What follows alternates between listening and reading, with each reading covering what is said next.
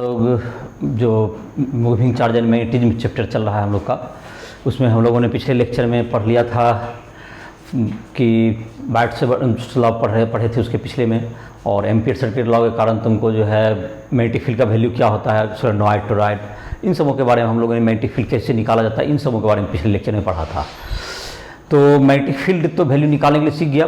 आज हम लोग देखते हैं कि दो पैरेलल करंट कैरिंग वायर्स है, तो उसके बीच में जो मैग्नेटिक फोर्स होते हैं वो कितने होते हैं, तो इसके लिए देखते हैं। और इसी के साथ इसी में देखेंगे हम लोग को जो कि एम्पियर जो तुम्हारा है, जो एम्पियर एक तुमको जो है 7 फंडामेंटल जो यूनिट होते हैं एसआई सिस्टम के, उसमें भी एक आता है, तो इसको किस प्रकार से डिफाइन किया गया है उसका डिफिनेशन भी देखेंगे।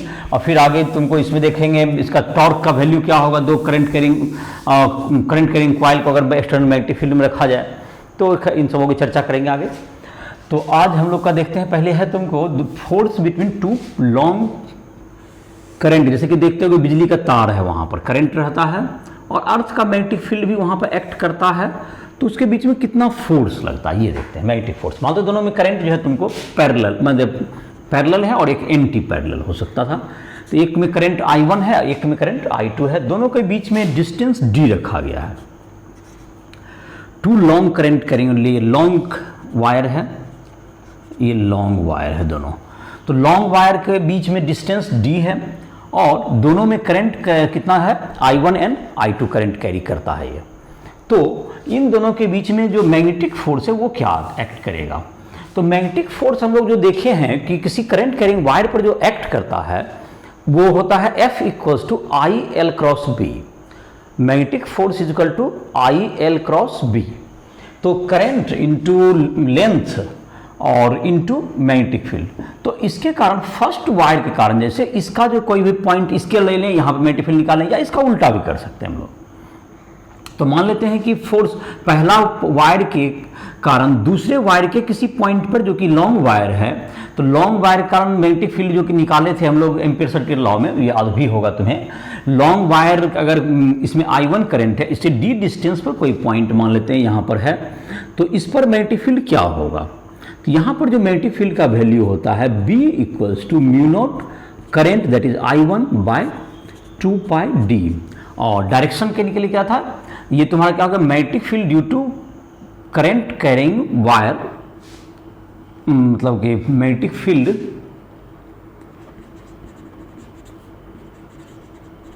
At any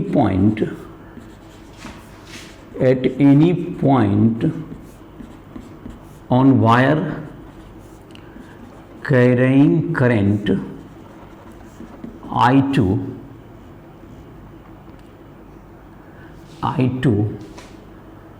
B equals to current carrying I2 due to long straight wire carrying current I1, current I1। तो B इक्वल्स टू क्या हो जाएगा, तो ये mu naught I1 by 2 pi D, distance जो है दोनों के बीच का D है। और इसका डायरेक्शन जहाँ तक निकालने की बात है, तो हम लोग क्या कर सकते हैं, DL क्रॉस R करना है। DL क्रॉस R दो तरीका है इसको निकालने का। एक तो ये हो गया DL के डायरेक्शन में अगर हम लोग यहाँ पर रखें अपने दाहिने हाथ को, और इधर की तरफ ये कोई पॉइंट है यहाँ पर, तो करंट की तरफ हमने ये तुमको रखा और ये R की ओर मुड़ा, तो ये मैग्नेटिक फील्ड क्या हो रहा है तुमको, मेरा जो दाहिना हाथ का अंगूठा है, तुम्हारा थंब है, वो किधर की ओर पॉइंट कर रहा है, inside the plane into the sheet. तो इसका मतलब जिसको हम लोग क्या सिंबल देते हैं, इनटू द सीट को क्रॉस, तो ये मैग्नेटिक फील्ड क्रॉस है इसके कारण। तो ये जो तुम्हारा आ गया कि मैग्नेटिक फील्ड का ये वैल्यू आ गया।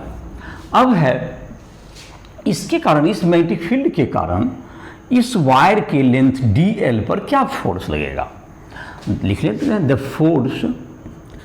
द मैग्नेटिक फोर्स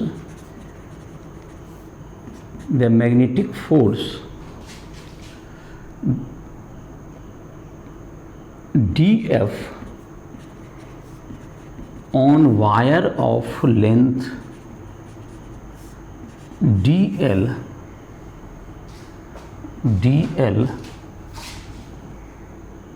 DF बराबर क्या आ जाएगा I1 DL क्रॉस B। तो DL जो होगा इसका, जो कि करंट के डायरेक्शन में होगा, और magnetic field into this sheet है, दोनों आपस में परपेंडिकुलर है। तो DF का जहाँ तक मैग्नीट्यूड की बात है तो ये हो जाएगा करंट जो कि I2 है, और DL B साइन 90 डिग्री। तो DF by DL per unit length में जो फोर्स लगेगा, तो DF by DL is equal to mu I2 into B। B का वैल्यू हो गया mu naught I1 by 2 pi D। तो that's equal to DF by DL हो गया mu naught I1 I2 by 2 pi D। ये तुमको हो गया force per unit length of the wire, force per unit length, force per unit length between wires. Between wires का मतलब कि ये एक दूसरा पर लगाएगा तो न्यूटन के सेकंड लॉ, अगर ये इस पर जो है फर्स्ट वायर सेकंड वायर पे फोर्स लगा रहा है ये यूनिट लेंथ पे, इसका एक यूनिट लेंथ अगर है, इस पर फोर्स लगा रहा है कितना, mu naught I1 I2 by 2 pi D। अब बात रहा कि ये जो फोर्स है ये एट्रैक्टिव होगा या रिपल्सिव होगा। तो इसको देखो, जैसे कि इसका डायरेक्शन निकालने के लिए तो हम लोग का डायरेक्शन देखो, यहाँ राइट हैंड थंब रूल को ऑब्जे करते जाएंगे, सारा डायरेक्शन हमको पता चलते जाएगा और किसी रूल की जरूरत नहीं है। और बाकी कोई रूल सीखने से आपको सुविधा हो सकती है, कुछ नया और मेथड मिल सकता है, लेकिन राइट हैंड थंब रूल सब जगह काम कर जाएगा आपका। तो मैंने कहा कि इसका जैसे पहले क्या किया कि इसके कारण यहाँ पर मैग्नेटिक फील्ड निकाले, और इसमें यह चूंकि ये जो करंट कैरिंग वायर है ये मैग्नेटिक फील्ड यहाँ पर प्रोड्यूस करता है इसके हर एक पॉइंट पर। तो किसी भी पॉइंट पर हमने मैग्नेटिक फील्ड B का वैल्यू निकाला, और इसका जो है F इज इक्वल टू इसमें जो करंट है इंटू DL क्रॉस B कर दिए, तो फोर्स पर यूनिट लेंथ का वैल्यू इसमें आ जाएगा। तो अब बात रहा कि इसका वैल्यू हम लोग कैलकुलेट कर लेते हैं, इसका मैग्नेटिक फील्ड निकालते हैं इसके कारण। तो इसके कारण जो मैग्नेटिक फील्ड आया, तो इसका कारण देखो मैग्नेटिक फील्ड निकालने क्या किया, DL करंट के डायरेक्शन में रखे और इधर निकाल दिए ऐसा। अब इसके कारण तो इसमें मैग्नेटिक फील्ड अंदर की ओर है, इनसाइड द सीट है, ये क्रॉस में है, ये क्रॉस में जा रहा है। फोर्स किधर लगेगा, तो फोर्स के लिए DF बराबर IDL क्रॉस में, DL का मतलब इसका करंट का डायरेक्शन, तो इसमें करंट का डायरेक्शन इधर है और अंदर की ओर हाथ मुड़ जाएगा। ये तो गलत हो गया, अंदर नहीं जा रहा, ये it is the correct direction. ये देखो ये तुम्हारा करंट के, ये जो करंट है उसमें उसके डायरेक्शन में हाथ मेरा उंगली है और अंदर की ओर ये मुड़ रहा है, तो ये फोर्स इधर की ओर जा रहा है, तो ये एट्रैक्टिव फोर्स है। ये जो वायर है ये क्या कर रहा है, इस फोर्स, इस वायर को ये एट्रैक्टिव फोर्स लग रहा है। तो इन द फिगर, तो इफ, या तो जनरलाइज ही लिख देते हैं, if the current in the wire is parallel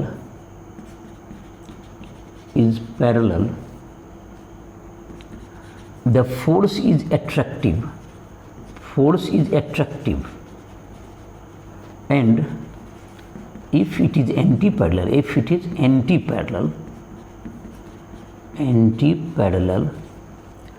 the force is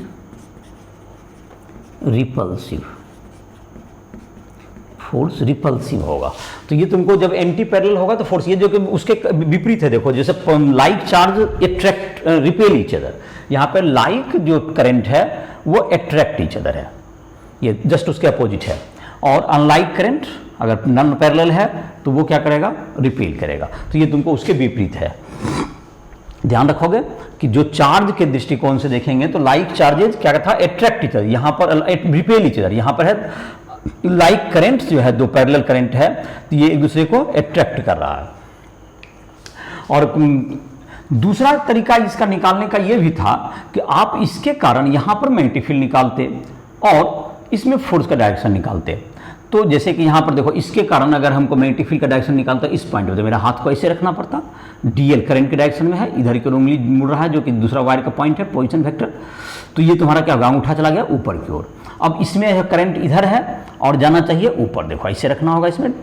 तो इसमें मैग्नेटिक, ये देखो इसमें इसको अट्रैक्ट कर रहा है। तो ये इक्वल एंड अपोजिट फोर्स जो कि न्यूटन का सेकंड लॉ है, अन्य थर्ड लॉ के मुताबिक हो गया। ये इधर देखो, इसमें अट्रैक्टिव फोर्स दोनों अट्रैक्टिव ही कहलाएगा, बट इसमें जैसे इधर डायरेक्शन देख रहे हैं तो इसमें इधर डायरेक्शन देख रहे हैं, तो दोनों क्या है, force equal and opposite forces.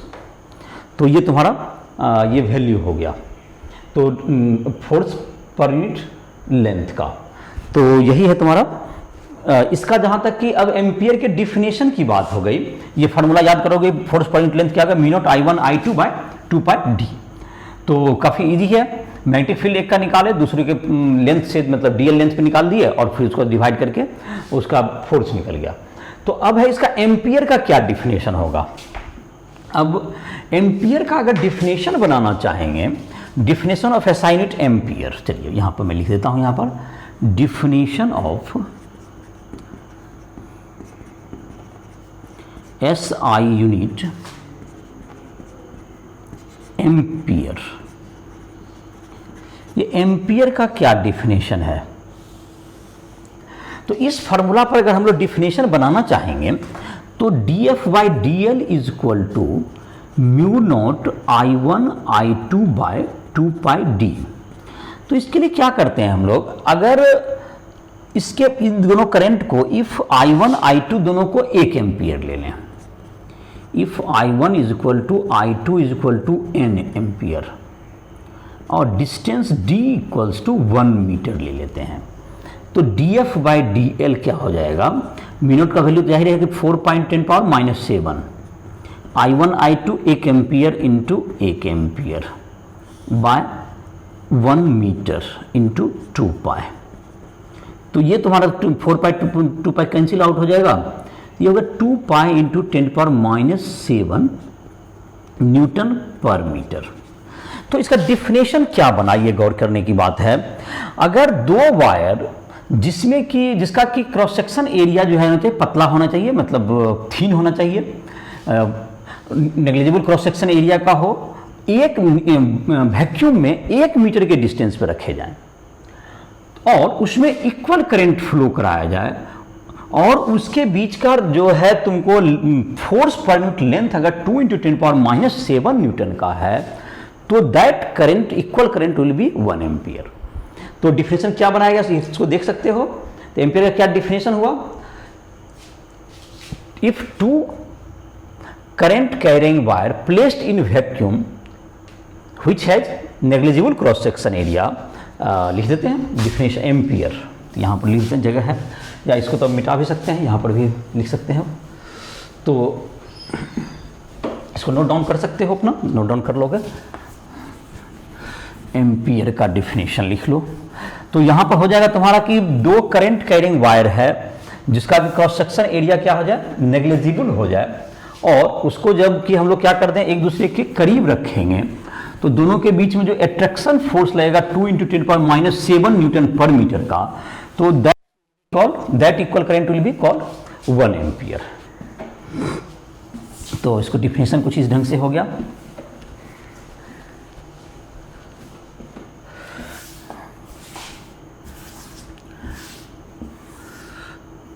तो ampere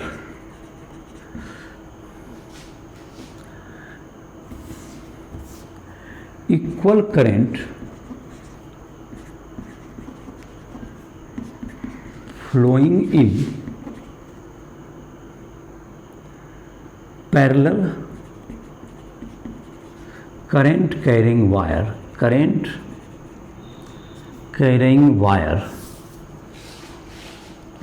of negligible cross section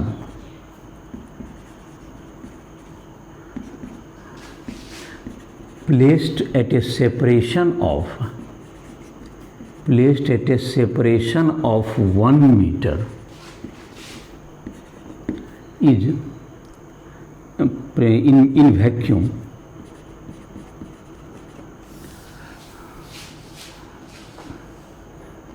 then if force per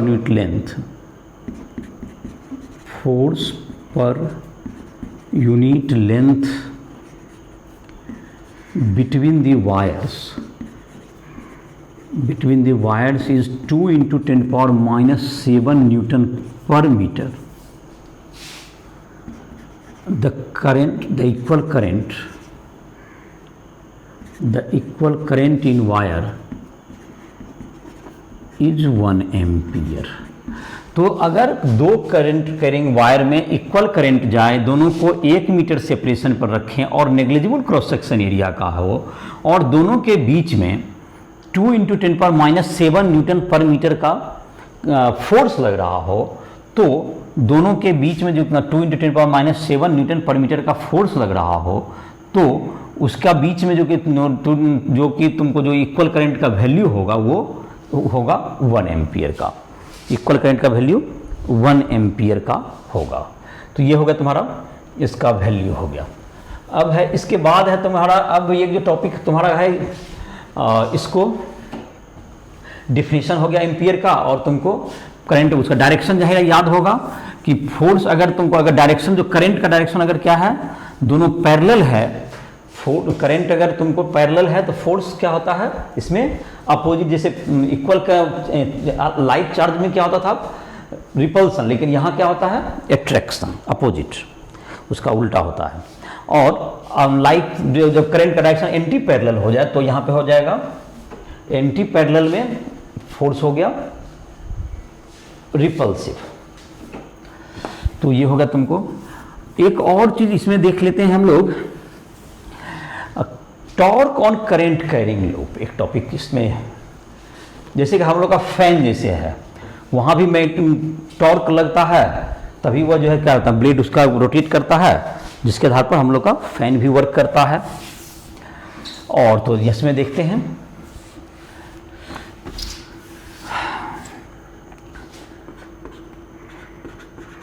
torque on current carrying wire, current carrying wire या कॉइल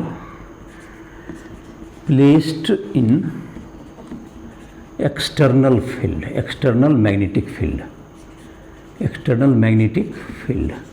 किसी एक्सटर्नल मैग्नेटिक फील्ड में जब किसी करंट कैरिंग कॉइल या वायर को रख दीजिएगा आप, तो उसमें एक मैग्नेटिक फोर्स, एक टॉर्क डेवलप होता है। Torque is equal to R cross F, मतलब आर्म और क्रॉस क्या हो जाता है तुमको R क्रॉस F, जो पढ़ा होगा टॉर्क का वैल्यू।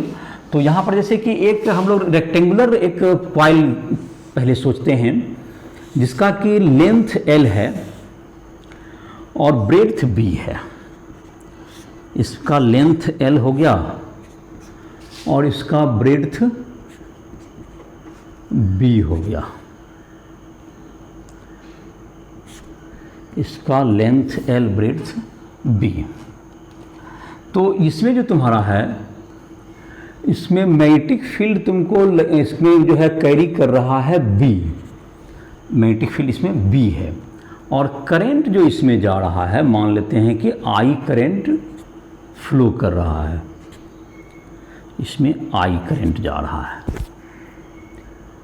इसमें I करंट फ्लो कर रहा है। और इसका लूप का नाम ले लेते हैं, चलिए PQRS ले लो, ABCD भी ले सकते थे, B लेकिन तुम्हारा कॉमन होगा, चलिए PQRS ऐसा। चलिए तो ये एक रेक्टेंगुलर लूप है PQRS, जिसका लेंथ है L और ब्रेड्थ है B। इसमें करंट फ्लो कर रहा है, जो हम लोग अभी डायरेक्शन दिए हैं इसमें क्लॉकवाइज में है, क्लॉकवाइज करंट फ्लो कर रहा है। और इसे magnetic field, external magnetic field B में रखा गया है, जो कि इस रीजन में है तुमको हर जगह पर, जो कि पैरेलल टू साइड दिया हुआ है PQ या RS, SR के पैरेलल है, PQ या SR के पैरेलल है। और जाहिर है कि इस पर परपेंडिकुलर हो गया इन दोनों पर, तो ब्रेड्थ पे परपेंडिकुलर है, लेंथ के पैरेलल है। मैग्नेटिक फील्ड B इज क्या कहते हैं हम, तो ये सब तो खैर जो लैंग्वेज की बात है, तो इसको चाहे डिटेल में लिखना चाहो, देखना, सबका नोट्स लिखना चाहोगे तो तुम जो है राइट स्टूडियो ऐप को प्ले स्टोर से डाउनलोड करके उस पर हमारे द्वारा लिखाया गया सारा नोट्स मिल जाएगा तुम्हें। और इसको नोट्स के रूप में अगर लिखना चाहोगे जो बोर्ड एग्जाम के दृष्टिकोण से, और अदरवाइज जेई इन सब या नीट इन सब का जो प्रिपरेशन करता हो तो उसके लिए तो अलग से नोट्स लिखने की जरूरत नहीं है। जैसे कि ये तो मैंने बोल ही दिया कि फोर्थ जैसे उसमें लिखा हुआ नोट चाहिए जो बोर्ड के पैटर्न के आधार पर लिखने के लिए, तो वो तुम राइट स्टूडियो ऐप को प्ले स्टोर से डाउनलोड करके वहाँ पर ले सकते हो। और वहाँ पर तुम जो भी कोई स्टूडेंट हमसे संपर्क करना चाहता है, जिसको कोई प्रॉब्लम हो रहा है, कुछ भी फिजिक्स हो, केमिस्ट्री हो, मैथ हो, किसी भी चैप्टर में कोई क्वेश्चन नहीं बन रहा हो, कोई कॉन्सेप्ट समझने में दिक्कत हो रहा हो, तो वो पर्सनल भी हमसे मेंटोर के रूप में हमसे संपर्क कर सकता है। और जो भी तुमको उसमें दिक्कत आ रहा है उसके लिए तुम हम प्ले स्टोर पर राइस्टोरी ऐप को डाउनलोड करो और उसमें दिए गए फ़ोन नंबर पर तुम हमसे फ़ोन कर सकते हो, बात कर सकते हो, ऑडियो कॉल पर भी बात कर सकते हो, वीडियो कॉल भी बात कर सकते हो। तो इस प्रकार से क्या होगा, तुम्हारा तुम जो भी दिक्कत है जो उसको मतलब बता दिया जाएगा। तो आई होप कि तुम कर सकते हो, पर्सनल मदद भी ले सकते हो। तो ये है तुम्हारा 2 करंट कैरिंग वायर है जिसका कि करंट है I1, इसमें करंट कैरिंग कॉइल है जिसमें करंट है I फ्लो हो रहा है, और डायरेक्शन इसमें मैग्नेटिक फील्ड जो तुम्हारा B जो है तुमको पैरेलल टू लेंथ है, magnetic field is parallel to length. अब यहाँ पर जो है तुमको क्या हो जाएगा इसका देखते हैं। तो इसमें निकालना है कि ये टॉर्क क्या था, टॉर्क निकालने के पहले फोर्स निकालना होगा। तो फोर्स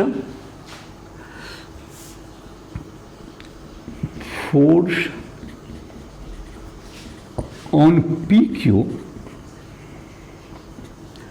तो F इज इक्वल टू क्या होता है I L cross B magnetic field. तो ये दोनों के बीच में कितना एंगल बन रहा है ILB और साइन 0 डिग्री, दोनों पैरेलल है, that's equal to 0। Similarly in SR F equals to 0, क्योंकि वहाँ भी यहाँ 0 है तो यहाँ पर 180 हो जाएगा, साइन 180 भी क्या हो जाएगा 0 हो जाएगा, तो ये 0 हो गया। अब बच गया तुमको QR, force in wire QR,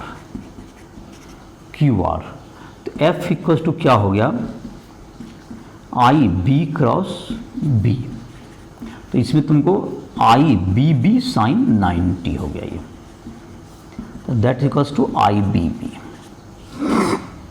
और जाहिर है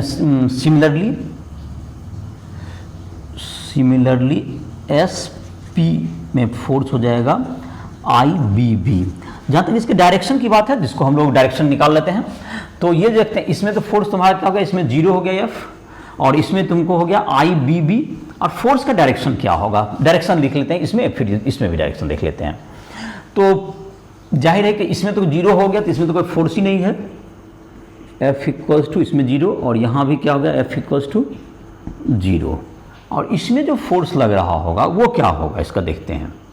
तो ये तुम्हारा हो गया, इसमें जो फोर्स होगा ये तुमको नीचे की ओर लग रहा है, मैग्नेटिक फील्ड, ये करंट है और करंट का डायरेक्शन है, तो L का डायरेक्शन नीचे की ओर हुआ, और तुमको मैग्नेटिक फील्ड है इस डायरेक्शन में, इधर दिया हुआ पूरे रीजन में है जो कि राइट साइड में है।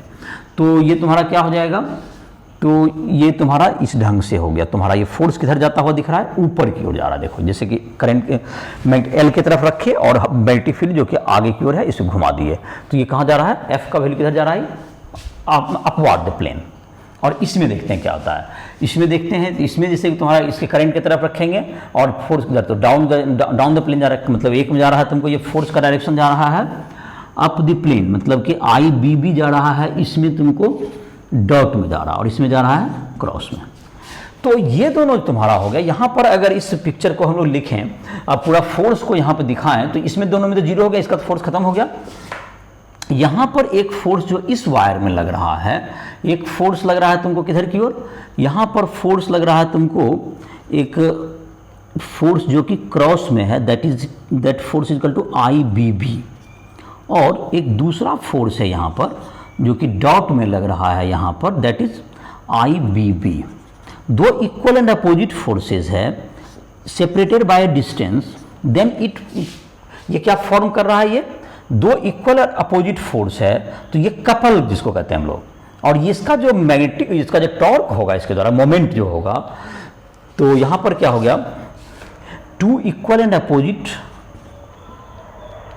Forces, 2 equal and opposite force IBB separated by a distance L. The torque on the loop the torque on the loop is equal to, दोनों के बीच का सेपरेशन के बराबर होता है। टॉर्क तुम्हारा क्या होता है, फोर्स इनटू कपल में torque on the loop, torque is equal to क्या होगा तुमको, दोनों के बीच का length that is I B B the into L, ये तुम्हारा हो गया टॉर्क हो गया तुम्हारा। टॉर्क जो तुम्हारा क्या होता है, दोनों का मतलब इक्वल एंड अपोजिट फोर्सेस है, सेपरेट बाय डिस्टेंस है, तो फोर्स इंटू आर्म जिसको कहते हैं, या आर क्रॉस एफ भी करना चाहोगे तो देखो जैसे कि यहाँ पर क्या होता, अगर तुमको किसी भी एक्सिस जो कि मतलब सेंटर पे मानते हैं पाइवेटेड है, तो एक डिस्टेंस जैसे इधर की तरफ l/2 होता, इधर का डिस्टेंस l/2 होता, तो एक तुमको जाता क्या चीज़, इधर का अगर मैं किसी भी जगह पे पाइवेटेड हो इसमें, तो वो डिस्टेंस l ही होता है। वो किसी भी ये जो तुम्हारा है f जो तुम्हारा होगा, इसमें तुमको किसी भी सेपरेशन से अगर रहेगा ये, तो किसी भी पॉइंट का यहाँ के अबाउट, यहाँ को जहाँ से भी एक्सिस पास करेगा सबके अबाउट ये टॉर्क का वैल्यू सेम ही रहता है। और जैसे कि मैंने बताया अगर सेंटर से है तो इसके द्वारा टॉर्क निकालो, देखो तो ये तुम्हारा किधर जा रहा है, ऊपर जा रहा है, तो आर इधर रखे और ऊपर की तरफ करेंगे तो ये तुमको ऊपर के उठता हुआ दिखेगा। कॉइल का ये वाला पार्ट इसका मतलब ऊपर जाना चाहेगा, और ये वाला पार्ट में देखो किधर जाएगा, ये तुमको इसमें दोगे तो यहाँ पर इसके अबाउट लेते हैं, अगर तो आर इधर है और ये अंदर की ओर जा रहा है, तो देखो ये तुम्हारा जा रहा है क्या, अंदर की ओर जाना चाहेगा तो इससे आर क्रॉस एफ, अंदर की ओर इसका उंगली मुड़ रहा है, तो ये तुमको क्या करना चाहेगा, ये तुमको टॉर्क की उंगली इधर जा रहा है तो ये तुमको अंदर दबना चाहेगा, देखो ऐसे अंदर की ओर दबना चाहेगा। ये मतलब ऊपर, जैसे इस तरह का बात हुआ, जैसे ये तुमको मान लेते हैं तो इसमें ऊपर जाना चाह रहा है ये ऐसे, और तो ये अंदर जाएगा तो ऑटोमेटिक दोनों क्या होगा, कपल बना लिया तो ये घूमने लगेगा, ये क्या करने लगेगा, रोटेट करने लगेगा ये धीरे धीरे, और इसी कारण टॉर्क के कारण क्या होगा, ये रोटेट करने लगा। टॉर्क का वैल्यू कितना हो गया, आई बी बी हो गया फोर्स इंटू एल हो गया सेपरेशन बिटवीन द फोर्सेस, ये हो गया एल हो गया तुमको separation between the forces separation, तो ये तुम्हारा होगा टॉर्क या मोमेंट। तो टॉर्क इज इक्वल टू क्या हो गया, अगर इन जनरल देखें तो इफ, तो टॉर्क इज इक्वल टू हो गया तुमको I L B into L B small B, और यहाँ पर ये कैपिटल बी मैग्नेटिक फील्ड का, लेंथ इंटू ब्रेड्थ को एरिया कहते हैं हम लोग, तो torque is equal to I area A into B, ये क्या होगा तुम्हें, area of the coil, area of the coil. और जाहिर है कि इसमें तुमको देखना होगा ये जो एरिया है, और if coil carrying n turns, if coil carrying, if coil has n turns, तो मैग्नेटिक मोमेंट इसको कहते हैं, तो नेट टॉर्क हो जाता, net torque is equal to N I A और बी, ऐसा एन आई ए बी, तो एन आई ए को हम लोग मैग्नेटिक मोमेंट कहते हैं, तो N I A is called, N I A is called magnetic moment. इसको हम लोग कंपेयर करके भी दिखाएंगे, तो क्यों मैग्नेटिक मोमेंट नाम दे रहे हैं उसको जस्टिफाई करेंगे। N I A is called magnetic moment of the coil, magnetic moment of the coil, ये मैग्नेटिक मोमेंट कहलाएगा ये।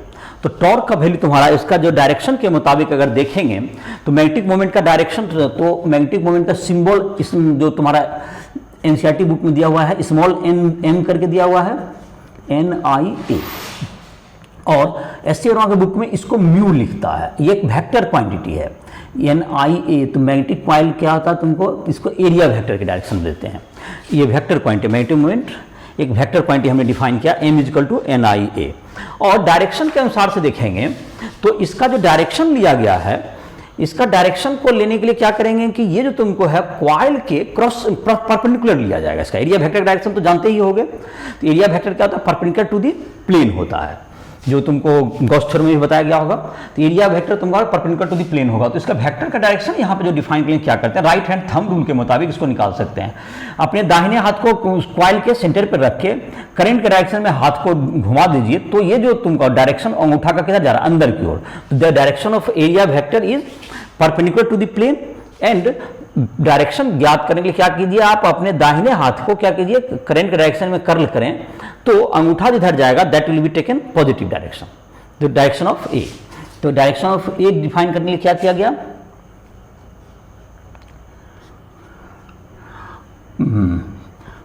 Put right hand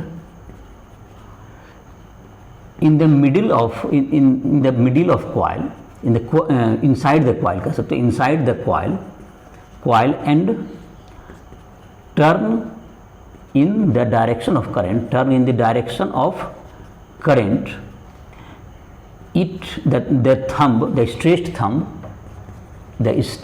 thumb gives the direction of area vector A, इसका direction बता देगा। तो ये तुमको एरिया वेक्टर का डायरेक्शन हो गया। तो एरिया वेक्टर तो ये मैग्नेटिक मोमेंट का, इसका मतलब area vector direction it means magnetic moment का डायरेक्शन। तो ये मैग्नेटिक मोमेंट का डायरेक्शन निकालना हो तो इसके क्या कीजिए, कॉइल पर क्या कीजिए, हाथ को रख करके इसको घुमा दीजिए। जैसे यहाँ पे क्लॉकवाइज अंदर चला जाएगा, एंटी क्लॉकवाइज में बाहर आ जाएगा। तो ये तुम्हारा हो गया टॉर्क का वैल्यू m इन जनरल। जबकि m तो हमने डिफाइन कर लिया उसको, तो टॉर्क को हम लोग क्या लिख सकते हैं, जरा इसको जनरलाइज करते हैं। हमने एक मैग्नेटिक मोमेंट डिफाइन किया और मैंने अभी थोड़ा सा देर पहले मैंने कहा था कि इसको जस्टिफाई करेंगे। तो इसको जस्टिफाई करने की कोशिश करेंगे, इसका मैग्नेटिक मोमेंट क्यों कहा गया, और मैग्नेटिक डायपोल मोमेंट भी इनफैक्ट कह सकते हैं। तो टॉर्क इक्वल टू क्या आ गया तुम्हारा अभी तक, NIAB। तो जो अलग अलग जो केसेस होंगे उसमें तुमको, जैसे कि अब सर्कुलर कॉइल है तो जिसके लिए हमने प्रूव नहीं किया, तो उसका एरिया देख लीजिएगा पाई आर स्क्वायर। सर्कुलर कॉइल है तो उसका एरिया पाई आर स्क्वायर हो जाएगा। तो वो सबके लिए ये वैलिड रहेगा रिजल्ट, ये जनरल रिजल्ट होगा। और डायरेक्शन की बात जहां तक है टॉर्क का जो डायरेक्शन ऑफ टॉर्क होगा तुम्हारा, the direction of torque in vector form. तो डायरेक्शन के लिए क्या करेंगे इसको, जो कि टॉर्क का जनरल टॉर्क जो तुम्हारा यहां आ जाएगा, torque is equal to NIA तुम्हारा है। तो टॉर्क इज इक्वल टू हम लोग M क्रॉस B करके देते हैं इन वेक्टर फॉर्म। वेक्टर फॉर्म में टॉर्क को लिखते हैं हम लोग, मैग्नेटिक मोमेंट हमने डिफाइन कर दिया, M क्रॉस B कीजिएगा तो ये टॉर्क का डायरेक्शन आ जाएगा इन जनरल। तो torque is equal to M cross B, MB sine theta. तो M क्रॉस B जैसे करके यहाँ पर डायरेक्शन देख रहे थे, यहाँ पर देखिए हम लोग जैसे कि कहाँ क्या डायरेक्शन निकाले थे। तो हम लोगों ने देखा था कि यहाँ पर जो हम लोग देख रहे थे कि एक कॉइल है तुमको, तो ये या क्या हो रहा था, यहाँ पर ये जो कॉइल है तुमको, इसमें जो करंट जा रहा है इधर की ओर जा रहा है।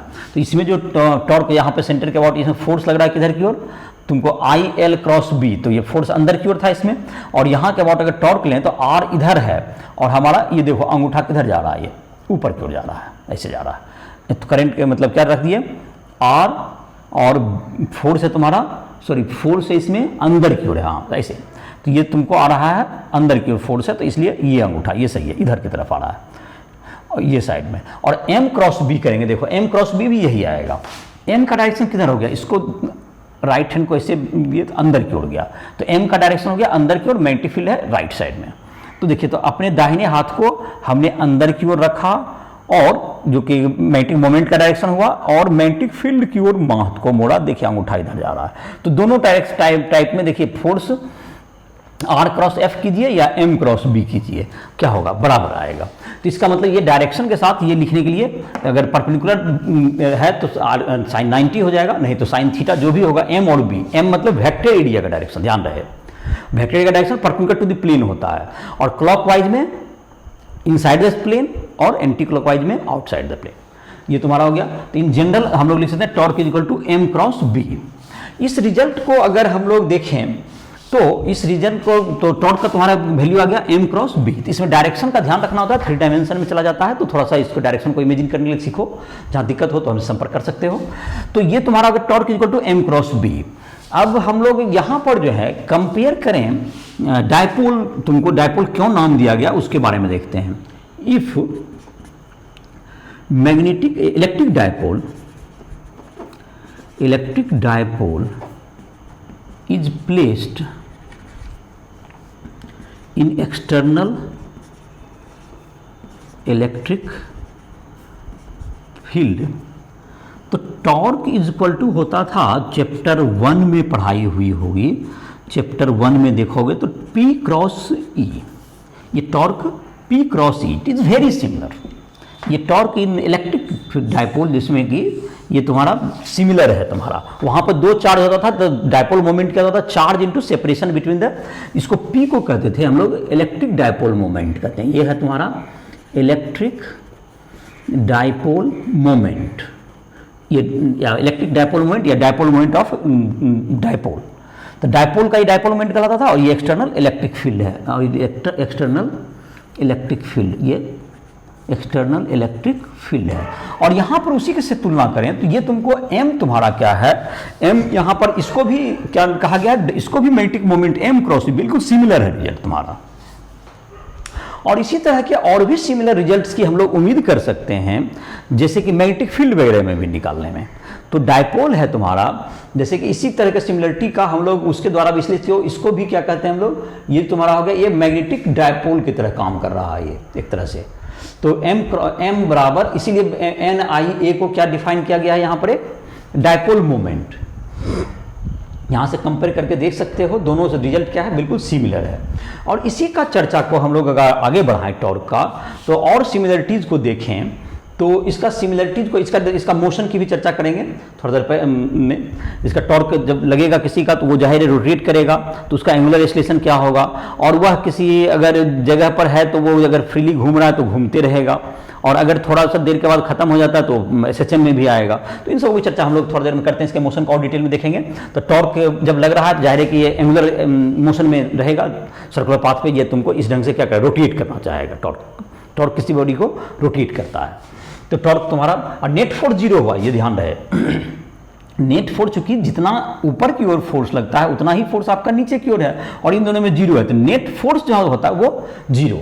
नेट फोर्स क्या होगा तुम्हारा, नेट फोर्स अगर कोई पूछ दे, net force on coil equals to zero, net force zero है, जो कि तुम्हारा एग्जांपल वगैरह में दिया हुआ है, उसको सॉल्व करोगे तो यहाँ पर तुम्हारा हो गया। अब हम लोग यहाँ पर जो सिमिलरिटी की कुछ और बातें कर लें इसमें, जो कि इलेक्ट्रिक डायपोल से कंपेयर में, तो हम लोग देखते हैं कि मैग्नेटिक फील्ड ड्यू टू, जैसे कि इलेक्ट्रिक डायपोल भी तुमने एक्सियल पॉइंट और इक्वेटोरियल पोजीशन पर निकाला होगा, और अगर तुम ये सब रिजल्ट भूल गए हुए तो तुम देख सकते हो राइट ऐप पर प्ले, ये सब जो वीडियोज हैं वो राइट ऐप पर अपलोड है, तुम उसे देख सकते हो वहाँ पर जा करके, जो फर्स्ट चैप्टर का तुम्हारा वीडियो है। और यहाँ पर ऐसे तुम्हें याद होगा, याद तो फिर से रिवाइज कर लो उसको, तो मैं यहाँ पे ऐसे बता रहा हूँ तो याद आ भी जाएगा। मैग्नेटिक, अगर इलेक्ट्रिक डायपोल के कारण, और इलेक्ट्रिक डायपोल और मैग्नेटिक जो लूप था, करंट कैरिंग लूप था, दोनों में क्या क्या सिमिलरिटीज है इसकी बात करते हैं।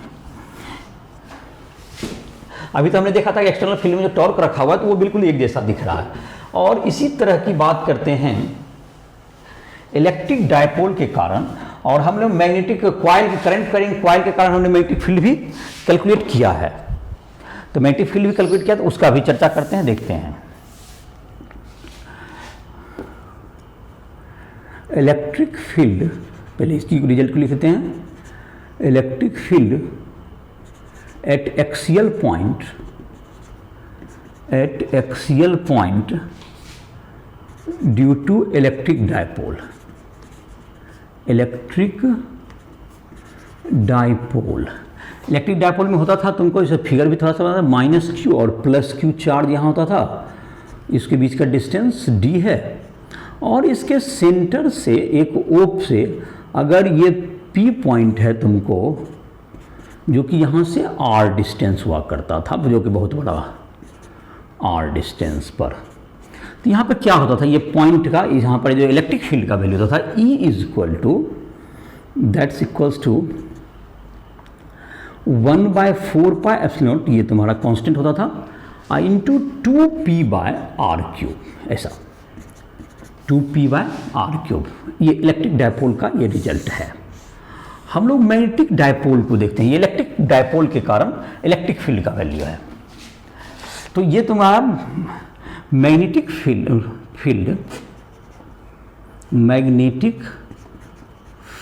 Due to current carrying coil at axial point पे। तो कॉइल के यहाँ पर, जैसे कि कॉइल है यहाँ पर, इस ढंग से तुमको ये जैसा फिगर तुमको याद होगा, इसमें डॉटेड करके दिए थे इसको, और यहाँ पर इस ढंग से करंट अगर है I, इसमें करंट जा रहा है, तो इसके कारण यहाँ पर जो कि बाइट-सेवर्ट लॉ में निकाले थे P अगर ले लें, यहाँ पर तुमको अगर यहाँ से यहाँ तक का डिस्टेंस अगर ले लेते हैं R, ये डिस्टेंस अगर ले लेते हैं R, तो क्या होगा इस पॉइंट का, इसमें करंट है तुमको I, इसका करंट है तुमको I करंट है, तो जाहिर है कि यहाँ पर जो करंट है तुम्हारा क्या होगा, यहाँ पर ऐसे कॉइल है और यहाँ पर हमने करंट ऐसे दिया है, तो इसका मतलब यहाँ पर करंट बाहर की ओर जा रहा होगा, तो दैट इज यहाँ पे डॉट में दे दो और यहाँ पर क्या दे दिए क्रॉस में। और इसका वैल्यू निकालने के लिए क्या करते थे, अपने दाहिने हाथ को करंट के डायरेक्शन में जैसे कि मोड़ते हैं एक्सिस सेंटर पर रख के, और तुमको यहाँ पर जैसे करंट जा रहा है बाहर की ओर, तो तुम्हारा क्या होगा, डायरेक्शन जो तुम्हारा होगा था एक्सिस पर इधर के बाहर की ओर होता था, डीएल बाहर की ओर है और क्रॉस आर, तो ये इस साइड जाता है, मतलब इसका डायरेक्शन होता था मैग्नेटिक फील्ड बी का डायरेक्शन इन दिस वे, इस मैग्नेटिक फील्ड। और यहाँ पर भी इलेक्ट्रिक डायपोल के कारण भी डायपोल के डायरेक्शन, इलेक्ट्रिक डायपोल मूवमेंट का डायरेक्शन, डायपोल का डायरेक्शन था नेगेटिव टू पॉजिटिव चार्ज इधर की राइट साइड, ये भी राइट साइड ही हुआ। और मैग्नीट्यूड को भी जरा कंपेयर करते हैं, देखते हैं। तो मैग्नीट्यूड जो तुम्हें याद होगा, बी जो इसका आया था मैग्नेटिक फील्ड का, इसका वैल्यू जो तुम्हारा मैग्नेटिक फील्ड जो बी आएगा, मैग्नेटिक फील्ड कितना आता था, बी इक्वल्स टू, इसमें जो कांस्टेंट है इलेक्ट्रिक फील्ड में 1/4 पाई नॉट, तो मैग्नेटिक फील्ड में μ0/4 पाई, ये तुमको हो गया, ये तो मैग्नेटिक फील्ड ये हो गया। और यहां पे होता था एन आई यहां पर तुम्हारा, तो ये तो खैर कैंसिल होकर μ0/2 हो जाता था, पहले μ0/, तुमको जो रिजल्ट लिखे थे उसको लिख देते हैं μ0/, उसके बाद तो उस ढंग से रिलेट करके आगे बढ़ेंगे। हाँ, तो N I A square by 2 और आर क्यूब, ऐसा आर पर मतलब कि 3/2 R square X square plus A square power 3/2 होता था। तो एक्स अगर तुमको जैसे कि तुमको जो रिजल्ट अगर देखें, इसको जिस फॉर्म में मैंने लिखा था जो वीडियो में, उसी टाइप फॉर्म में मैं दे देता हूं, उसके बाद उससे तुमको आगे बढ़ जाएंगे। उसमें जो कि तुम देखा होगा, उसमें तुमको जो एक यहाँ पर जो डिस्टेंस, इसका रेडियस अगर ए है, अगर रेडियस इसका क्या है, इस लूप का रेडियस ए है, तो क्या रिजल्ट लिखे थे पहले उसको लिख लेते हैं, देर आफ्टर उसको थोड़ा अलग ढंग से एज्यूम कर लेंगे। तो डिस्टेंस अगर आर है तुम्हारा, तो बी का वैल्यू क्या होगा, पहले हम लोग जो रिजल्ट था N I A square by 2 A square plus R square पर पावर 3/2, ऐसा था तुम्हारा। और वहां पर जो तुम माने थे उसमें इस डिस्टेंस को x माने थे, तो A square plus x square का तुम्हारा जो वीडियो में देखा होगा बाइट से बटलॉ में, if R very very greater than A, तो ये जो तुम्हारा है इसके तुलना में ये समाप्त हो जाएगा आर, तो A square plus R square is approx equal to R square, तो बी इक्वल्स टू क्या हो जाएगा, μ0/4 pi μ0 N I A square है, N I pi A square हो गया, पाई से गुना कर देते हैं तो 2 से भी मल्टीप्लाई कर लेते हैं, तो 2 पाई से, मेरे कहने का मतलब हम लोग कितना से गुना कर रहे हैं, एन आई ए स्क्वायर है, तो ए स्क्वायर को हमने कहा कि पाई से गुना कर लीजिए एक, और एक 2 से गुना कर लीजिए। चलिए, तो 2 से, तो नीचे भी 2 और पाई से गुना कर देंगे, तो 2 × 2 पाई कर दीजिए, और ये तुम्हारा क्या बन गया, ये रिजेक्ट हो जाएगा, तो ये आर स्क्वायर पर पावर 3/2, तो दैट्स इक्वल टू क्या हो गया, μ0/4 पाई μ0/4 पाई एन 2 इंटू क्या हो गया, एन आई ए, 2NIA हो गया, ये एरिया पाई स्क्वायर को NIA और डिवाइड बाय ये आर क्यूब, ऐसा हो गया। तो अब अगर देखें तो 2NIA को क्या कहते हैं, पाई ए स्क्वायर को हमने एरिया लिख दिया कॉइल का, तो NIA को हम लोग मैग्नेटिक मोमेंट कहते हैं। अगर तो इसका रिजल्ट क्या आ गया तुम्हारा, इसको जरा देखें, B इक्वल्स टू हो गया μ0/4 pi 2m vector by R cube. तो m वेक्टर का डायरेक्शन में होगा, जो कि दाहिने हाथ को कर्ल करेंगे तो एरिया वेक्टर जिधर जाएगा उधर ही क्या जाएगा तुमको, किसका डायरेक्शन होता है, मैग्नेटिक मोमेंट का डायरेक्शन। तो कॉइल में अगर करंट जा रहा है ऐसे इस ढंग से, तो एरिया करंट के डायरेक्शन में इसको कर्ल किए तो यह अंगूठा इधर जा रहा है, यही मैग्नेटिक मोमेंट का डायरेक्शन भी है, और यही किसका डायरेक्शन होगा तुम्हारा, ये मैग्नेटिक फील्ड का भी डायरेक्शन होगा। तो मैग्नेटिक मोमेंट का तुम्हारा डायरेक्शन हो गया। तो ये जो तुम्हारा आ गया, ये तुम्हारा क्या होता है, इस रिजल्ट को अगर यहाँ से तुलना करें तो बिल्कुल सिमिलर रिजल्ट दिख रहा है एक जैसा। एक पहला जैसे कि यहाँ पर है 1/4πε0 है, ये तुमको इलेक्ट्रिक फील्ड का कांस्टेंट है, और यहाँ पे μ0/4π मैग्नेटिक फील्ड का कांस्टेंट है। 2p/r³ जो कि इलेक्ट्रिक डायपोल मोमेंट यहाँ है मैग्नेटिक डायपोल मोमेंट। तो इस प्रकार से क्या कर सकते हैं, बिल्कुल सिमिलर रिजल्ट है तुम्हें ये ऑन एक्सियल पॉइंट। और इसी का होता था, अगर हम इसी कंपेरिजन के कारण लिखें electric dipole electric field at equatorial position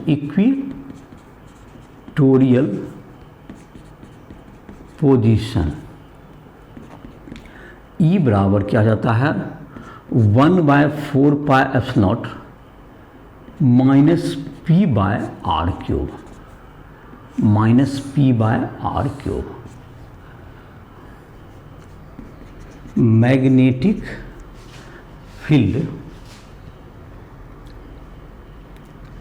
magnetic field due to magnetic dipole, magnetic coil कह सकते हैं, मैग्नेटिक डायपोल या क्वाइल एट इक्वेटोरियल पोजीशन। मतलब कि इक्वेटोरियल पोजीशन का अर्थ क्या हुआ कि जबकि ये क्वाइल है अगर तो इसके प्लेन में जब रहेगा एट इक्वेटोरियल पोजीशन जो होगा B बराबर क्या हो जाएगा μ0/4π और ये हो जाएगा -m/r³। यहाँ पे 2 हट गया और डायरेक्शन भी जस्ट अपोजिट हो जाता है। इसी तरह के सिमिलरली हमने लिख दिया, जैसे इसका ये हमने उधर डेरिवेशन किए थे और इसको हमने डेराइव तो नहीं किया लेकिन इसके सिमिलरली लिख दिया। तो इसका जो है तुमको जैसे कॉइल है तुम्हारा ये ऐसा, ये कॉइल हो गया तो तुम्हारा इधर के तरफ का ये जो पॉइंट होगा इक्वेटोरियल पोजीशन पे, ये पॉइंट ऐसे यहाँ पर ये r डिस्टेंस पर, इसके सेंटर से कहाँ पे जाना है डिस्टेंस r डिस्टेंस पर, ये इक्वेटोरियल पोजीशन पे होगा तो इसका निकल जाएगा ये। और ये तुमको अगर जब प्लेन में r डिस्टेंस पे जाएगा तो ये इस ढंग से रिजल्ट लिख सकते हैं सिमिलरली से। तो ये तुम्हारा हो गया, इसका जो कंपेयर कर देंगे तो इस ढंग से हम लोग लिख सकते हैं। अब इसमें देख लेते हैं टॉर्क की बात करते हैं। तो टॉर्क के बारे में फिर से देखते हैं, इसका मोशन की बात करते हैं। In fact motion of dipole in external magnetic field, जो उसमें टॉर्क का वैल्यू हमने देखा था m×b। यहाँ पर हमने कंपेयर करके इलेक्ट्रिक फील्ड और मैग्नेटिक फील्ड का एनालॉगी कुछ दिखाया। तो जहाँ पर कि उसमें p लिखते थे यहाँ पर जहाँ p लिखते थे यहाँ पर m लिख रहे हैं, और जहाँ पर वहाँ पर इलेक्ट्रिक फील्ड को E लिखते थे तो यहाँ पर मैग्नेटिक फील्ड को B लिख रहे हैं। और बाकी जो तुम्हारा रिजल्ट है, जैसे कि वर्क डन का भी रिजल्ट है तो वह भी तुमको उसी ढंग से आएगा। अगर हम लोग उसको लिखना भी चाहें इलेक्ट्रिकल एनालॉगी तो हम लोग लिख सकते हैं electric magnetic analogue.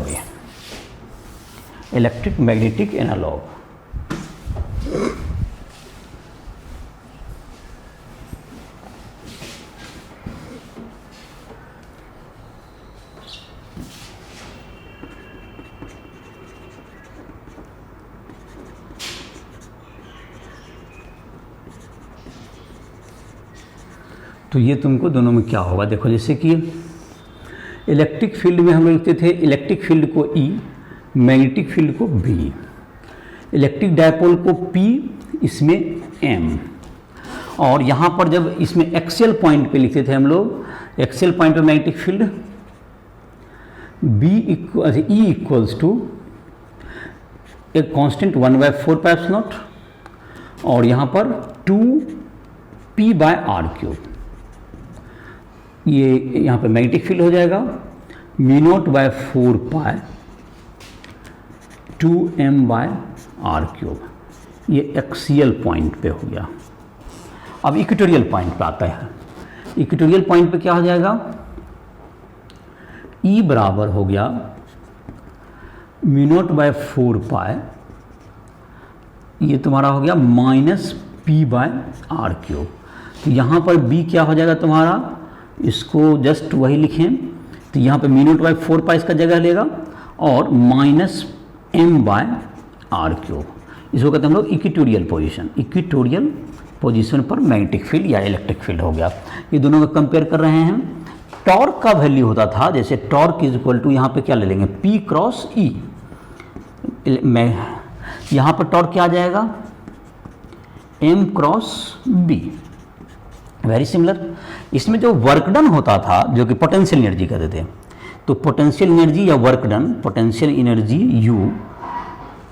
Energy U is equal to minus M P dot E, minus P dot E, या वर्क डन भी कह सकते हैं, या वर्क डन। तो वही बात यहाँ पर हो जाएगा, डी डब्ल्यू कह सकते हैं, that is equal to minus M dot B. तो ये सारे रिजल्ट्स क्या हैं, बिल्कुल सिमिलर टाइप के हैं, जो कि दोनों को कंपेरेबल दिख रहे हैं। तो ये कंपेयर करके देख सकते हैं, दोनों का जो फॉर्मूला है उसको रिलेट कर सकते हैं आप।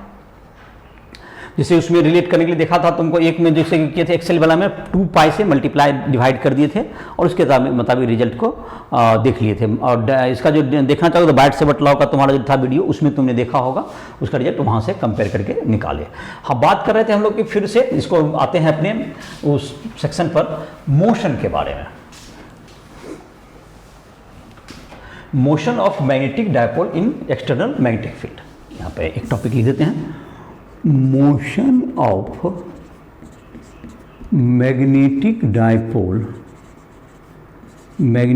डायपोल मतलब क्वाइल जिसे कहते हैं, इन एक्सटर्नल मैग्नेटिक फील्ड,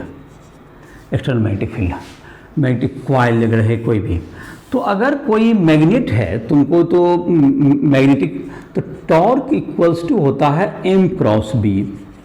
तो इसी के कारण से क्या होगा, जो कि हम लोग इसको नेक्स्ट चैप्टर में भी देखेंगे, जब मटेरियल का मैग्नेटिज्म देखेंगे, जिसके लिए कि इलेक्ट्रॉन वगैरह रिस्पॉन्सिबल होता है, तो उसकी चर्चा भी, ये टॉपिक जो है और डिटेल में नेक्स्ट चैप्टर में भी होगा। तो टॉर्क इक्वल्स टू क्या होगा, m क्रॉस b हो गया। तो अगर if theta is angle between m vector and b vector, तो टॉर्क इक्वल्स टू mb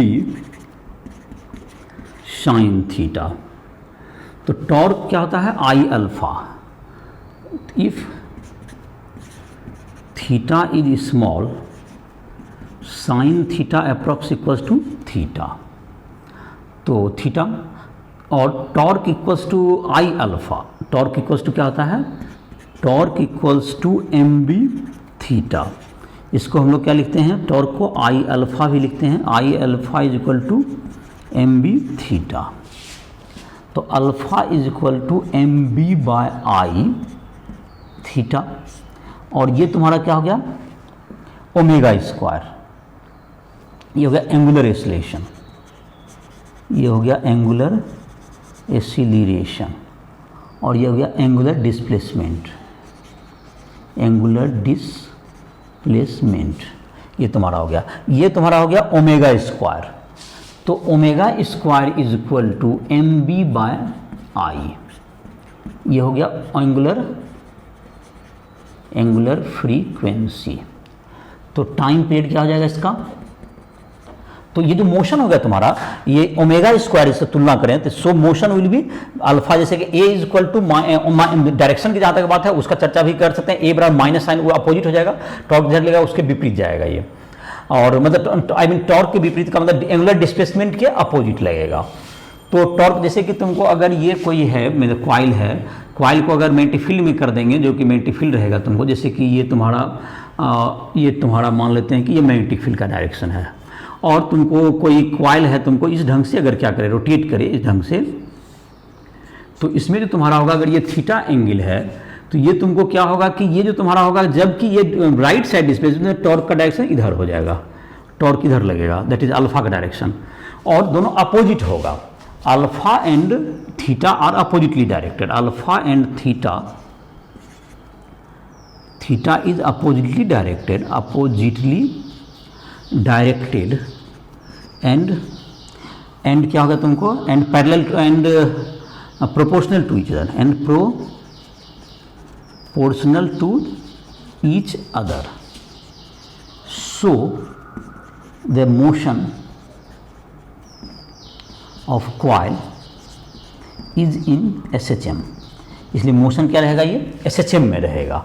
और इसका जो टाइम पीरियड, तो omega square is equal to क्या होगा तुमको, mb बाय I, और time period t is equal to 2 pi by omega. तो टाइम पीरियड जो है, टाइम पीरियड 2π√i/mv, ऐसा ये इसका टाइम पीरियड हो जाएगा। इतना टाइम पीरियड इसके ये क्या करेगा, रोटेट करेगा ये मतलब तुमको SHM में इस टाइम पीरियड से 2π√t=2π√mv/i, आई जहाँ पे क्या होगा, मोमेंट ऑफ इनर्शिया। आई क्या है तुमको, I is equal to moment of, जिस एक्सिस के अबाउट घूम रहा है उस एक्सिस के अबाउट क्या है, I equals to moment of inertia about the axis जिसकी of rotation. I equals to मैं लिख देता हूँ moment of inertia about the rotation axis, और एम तो मैग्नेटिक मोमेंट है, मैग्नेटिक मोमेंट, बी हो गया तुमको एक्सटर्नल मैग्नेटिक फील्ड। तो ये तुम्हारा हो गया जो फ्रेम से बाहर भी जा रहा होगा थोड़ा बहुत, तो खैर मैंने बोल दिया। मैग्नेटिक फील्ड हो गया बी, एम हो गया तुमको मैग्नेटिक मोमेंट, और आई हो गया मोमेंट ऑफ इनर्शिया, जिस एक्सिस ऑफ रोटेशन के अबाउट उसका हमें मोमेंट ऑफ इनर्शिया देना पड़ेगा। तो इस प्रकार से क्या कर सकते हैं, फिर से इसको देखें। और जहाँ तक डायरेक्शन की बात है, टॉर्क का वैल्यू जैसे तुमने ये देखा, वैसे मैग्नेटिक फील्ड इधर की ओर है, अगर इसको हम लोग एनालाइज करें, मैग्नेटिक फील्ड इधर की ओर मैंने दिया, जैसे कि तुमको, और यहाँ पर अगर जैसे इसको डिस्प्लेस किया तो मैग्नेटिक मोमेंट का अगर डायरेक्शन है तुम्हारा, मैग्नेटिक मोमेंट तुम्हारा हो गया, मान लेते हैं कि तो m क्रॉस b करें तो ये तुमको जाहिर है कि अगर ये राइट साइड डिस्प्लेस रहेगा, ये डायपोल जो तुम्हारा है, अगर ये तुम्हारा क्या रहा, ये मैग्नेटिक डायपोल अगर इधर डिस्प्लेस है तुम्हारा, तो ये तुमको इसका डिस्प्लेसमेंट, तुमको जो टॉर्क का डायरेक्शन इधर होगा जब डिस्प्लेसमेंट होगा इधर, तो torque equal to m cross b कर सकते हैं। तो m क्रॉस b करेंगे करंट के मुताबिक, तो ये तुमको डायरेक्शन देगा कि ये अपोजिटली डायरेक्टेड है। और यहाँ पर देख रहा है कि अल्फा इज इक्वल टू क्या है, mb/i इंटू थीटा, तो थीटा के प्रोपोर्शनल हो गया, क्योंकि mb और i कांस्टेंट है। तो इस तरह का जो मोशन होता है वो SHM में होता है, a प्रोपोर्शनल टू जैसे -x कहते थे, यहाँ पर एंगुलर में है तो अल्फा प्रोपोर्शनल टू थीटा, ऐसा हो गया, इसलिए एंगुलर SHM में आ गया। बशर्ते ये थीटा छोटा होना चाहिए, अगर ये कम एंगल से डिस्प्लेस करेंगे तो ये क्या हो जाएगा तुमको, इसका वैल्यू, अगर स्मॉल एंगल है तो साइन थीटा को थीटा लिख सकते हैं, तो ये SHM में रोटेट करता हुआ दिखेगा, जिसका कि टाइम पीरियड भी यहाँ पर निकाल सकते हैं। तो ये मोशन हो गया इस पार्टिकल का। और तुमको इसके कुछ एग्जांपल्स वगैरह दिए हुए हैं, तुम्हारा एनसीईआरटी बुक में भी तुम्हारा दिया हुआ 1-2 एग्जांपल, एक्सरसाइज में तो खैर कम ही क्वेश्चन दिए हुए हैं, जिसको मतलब कि एडिशनल क्वेश्चन है उसमें। और तुमको SC वर्मा के बुक में काफ़ी क्वेश्चंस दिए हुए हैं इस चैप्टर में भी। तो ये चैप्टर जैसे जो तुमको जो लगभग अब तुमको एक लेक्चर और लेंगे तो मैग्नेटिक फील्ड ड्यू टू मतलब मैग्नेटिक मोमेंट ऑफ रोटेट, किसी मटेरियल में किस प्रकार से मैग्नेटिक फील्ड मैग्नेटिज्म होता है, वह क्यों मैग्नेटिक प्रॉपर्टी शो करता है, तो वो जाहिर है रोटेटिंग इलेक्ट्रॉन का होता है, जो कि एम्पियर ने सबसे पहले बताया था। तो एम्पियर का ये भी है, इसीलिए तुमको एम्पियर को इतना मतलब क्या कहते हैं, उसके नाम पर करंट का यूनिट वगैरह भी डिफाइन किया गया है। जो एम्पियर का कहना था कि किसी भी चीज़ का मैग्नेटिक मोमेंट जो होता है किसी मटेरियल में है, तो वो उसके रोटेटिंग रिवॉल्विंग जो इलेक्ट्रॉन जो घूमते रहता है, जो स्पिन करता है, एक उसके कारण से होता है। तो उसका भी हम लोग चर्चा करेंगे नेक्स्ट लेक्चर में। और इसमें तुमको जो हम लोग देख रहे थे यहाँ पर अभी जो तुमने देखा कि किस प्रकार से ये क्या करता है, SHM में रहेगा इफ़ ये डिस्प्लेसमेंट प्रोपोर्शनल रहे। और इलेक्ट्रिक डायपोल के साथ उसका इलेक्ट्रिक फील्ड के साथ उसका कंपेरिजन भी देखा इस लेक्चर में। और क्वेश्चंस वगैरह का जहाँ तक मैंने कहा कि SC वर्मा में तुमको इसका इस चैप्टर के 2 चैप्टर में बटे हुए, एक magnetic field due to current, काफ़ी अच्छे क्वेश्चन दिए हुए हैं, काफ़ी बढ़िया दिया हुआ है SC वर्मा बुक में, जाहिर डिफिकल्टी लेवल भी अच्छा है।